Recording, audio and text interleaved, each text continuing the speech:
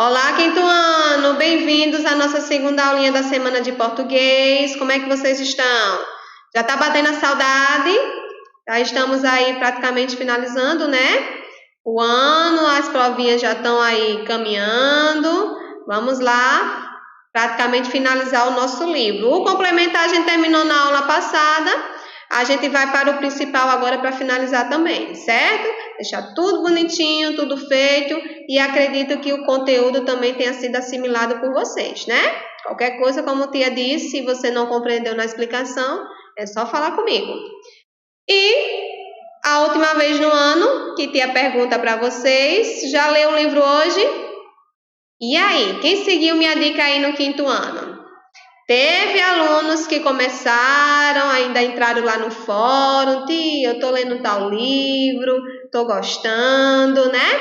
Espero que eu tenha conseguido mostrar para vocês a importância da leitura. Espero que alguns tenham aí desabrochado para esse mundo encantado da leitura. E quem seguiu minhas regras, quem foi lá, eu vou ler um livro, porque a tia Milene está dizendo que é bom. Quem fez isso, quem foi lá, quem leu, percebeu que ler é bom demais, não foi isso?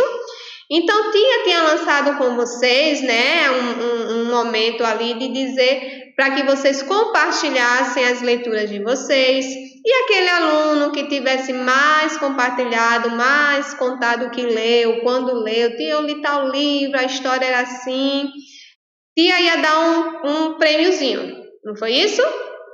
Então, na última aulinha agora de português, eu vou dizer quem foi. Tia já sabe, esse aluno que se dedicou, que parou para falar, tia, eu estou lendo tal livro, eu recebi esse livro e eu estou gostando. Teve um aluno que teve essa participação e que tia vai dar uma lembrancinha para mostrar para ele que vale a pena ler, que ele se esforçou e ele também, com isso, adquiriu muitos conhecimentos, tá certo? Então, na nossa próxima aula, a tia vai dizer quem foi.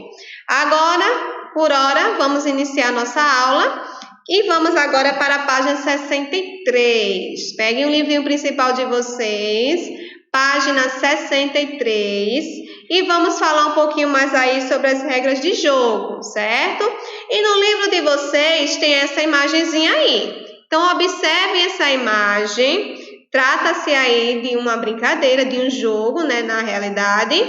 Então, analisem os detalhes, porque a gente vai fazer uma interpretação dessa ceninha aí.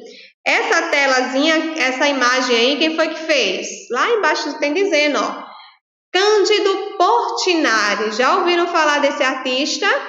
Muito conhecido mundialmente, muito importante também. Então, essa telinha, essa imagem foi feita por Cândido Portinari e o título dela é Futebol. Qual é o ano que tem aí?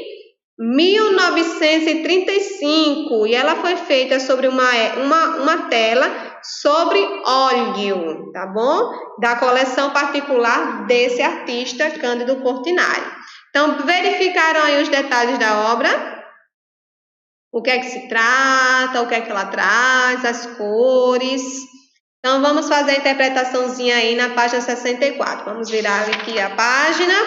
Vamos ler esse trechozinho que fala justamente dessa obra e do artista. Cândido Portinari, de 1903 a 1962, né? Foi um dos grandes artistas brasileiros do século XX. Ele é conhecido por retratar em suas obras a história, a cultura e a natureza do Brasil. Vocês depois dêem uma olhadinha aí, se for possível, para uma pesquisadazinha aí e bota lá, Cândido Portinari, e vejam a imensidão da obra desse artista, certo? Ele tem uma vasta, com relação à cultura do Brasil, à história do Brasil, ele fez muitas obras sobre isso. E sobre essa obra que a gente viu agora no início, na página 63, responda as seguintes questões. Na letra A ele pergunta assim, qual é o nome da pintura? Acabei de ler com vocês, lá na legenda tá, né?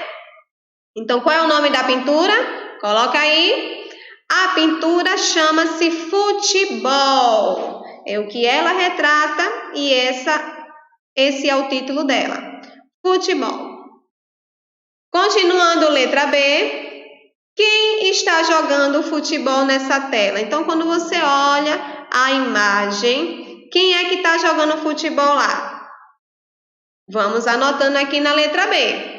As crianças, né? Você percebe que ali são crianças que estão jogando futebol. A cena retratada se passa em um ambiente mais urbano ou rural. Então, olha para a imagem aí da pintura de Cândido Portinari Futebol. Então, quando você olha aí para ela, essa cena aí, ela retrata um ambiente mais urbano ou mais rural? Já viram sobre isso em geografia? Área urbana, área rural? Pronto. Essa imagem aí da obra de Cândido Portinari, ela retrata uma área urbana ou rural? Rural, né? Tá mais se remetendo ao rural. Então, você vai explicar por quê e vai dizer que elementos visuais nos ajudam a chegar a essa resposta. Como é que a gente consegue identificar que ali é um ambiente rural? Então, você vai descrevendo aí o que é que você viu lá que demonstra ser um ambiente rural. Então, na letra C, coloca assim, ó. Em um ambiente mais rural.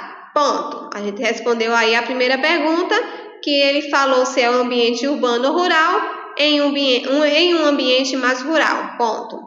Segunda pergunta, que elementos visuais o ajudaram a chegar a essa resposta? Os animais, então você vê os animais que convivem aí com as pessoas, você vê as crianças jogando e vê os animais aí inseridos juntos. O chão de terra batido também, a gente vê que é um ambiente rural porque a gente vê que é terra, não é calçamento. Os espaços verdes também se remete a uma área rural. Aparecem plantações e etc. Por aí vai. Então, vocês podem dar algumas outras características que vocês viram nessa imagem que demonstra que ela está, no caso, em um ambiente rural. Certo? Isso aí na letra C.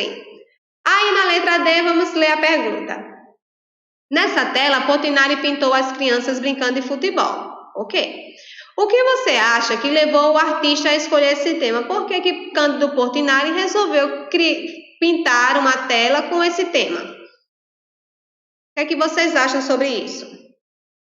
Vocês podem colocar o que vocês acreditam ou podem colocar o que Tia colocou aqui.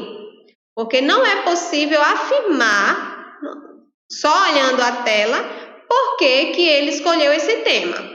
Mas quando se conhece a história de Portinari, você sabe que ele sempre valorizou os temas, os ambientes e as cores do Brasil. Então, por valorizar isso, ele deve ter escolhido esse tema. Mas a gente não tem como afirmar certamente. Então, na letra D, vocês colocam assim. Mas vocês podem colocar a opinião de vocês, mas não é possível afirmar por que ele escolheu esse tema. Mas aí vocês podem colocar aí para saber uma característica do pintor. Sabe-se que esse pintor sempre valorizou os temas, os ambientes e as cores do Brasil. E futebol é a cara do Brasil, né? O Brasil é conhecido mundialmente também por seu futebol, certo? Então, podem colocar desse jeitinho que Tia colocou aqui na letra D. Se vocês quiserem também ter gravado aí, ter registrado uma característica do pintor Cândido Portinari. Aí, na letra E, as crianças retratadas nessa obra estão jogando futebol, que é um esporte coletivo, que segue regras específicas, né? Todo mundo aí já jogou futebol? Futebol tem as regras específicas. Mas o que você acha que aconteceria se cada participante inventasse suas próprias regras? Vamos supor, tá uma peladinha lá com os alunos do 5º ano. Tá lá David jogando, Joalisson, Carlos, Juan, Duan, quem mais? Alan, Ian, Ivan, Marcílio, deixa eu ver, lembrar o nome de todos aqui. Mateus, quem mais? De menino aí. Todos esses meninos aí tá lá jogando. Aí cada um diz que a regra é essa. Eu posso fazer isso porque eu disse que tem que ser assim. Como é que seria essa partida? Sem regra específica, cada um fazendo sua regra. Ia dar certo? Não ia dar certo não, né? Então, se cada um fosse fazer sua própria regra, o jogo ficaria inviável. Por quê? Porque os jogadores não saberiam exatamente como proceder. Então, ele não sabia se aquilo seria impedido, ele não sabia se com aquilo seria expulso. Cada um fazendo sua regra, não seria possível fazer essa partida, né? Então, coloca assim na letra E. O jogo ficaria inviável, uma vez que os jogadores não saberiam exatamente como proceder. Mas isso não se aplica só aos meninos, não. Menina pode jogar futebol? Pode. Então, imagina aí uma partida com as meninas. Emily, Amanda, Ana, Heloíse, Natália, Nicole, Pamela, quem mais? Já tem a Williane. E aí, Letícia, Laura, uma partida só com as meninas e cada uma fazendo sua regra, dava certo? Não, a mesma coisa, ficaria inviável, porque Emily ia dizer que ela foi expulsa, ela dizia que não seria porque a regra dela não diz isso, então não daria certo, ok? Então, coloca essa respostinha aí na letra E. Aí, na página 65, na questão 3, lá em cima, temos o seguinte. Escreva as regras de futebol que você conhece. Então, isso aqui, vai ser a resposta de acordo com os seus conhecimentos pessoais. Então, cada um aí tem o seu conhecimento, cada um vai dizer a regra que conhece, ok? Então, escrevam aí as regras que tem no jogo de futebol que vocês conhecem. Aqueles que já jogaram, aqueles que gostam de assistir futebol, coloquem aí as regras de futebol que vocês conhecem de acordo com o conhecimento pessoal de cada um de vocês, ok? Pode ser 2, pode ser só 1. O que você souber de regra, você vai colocando aí. Quem souber mais, melhor. Certo? Aí agora, a tia vai dar uma breve voltadazinha aí ao que a gente viu na primeira aula da semana, que é com relação ao hiato, só para que vocês gravem na memória.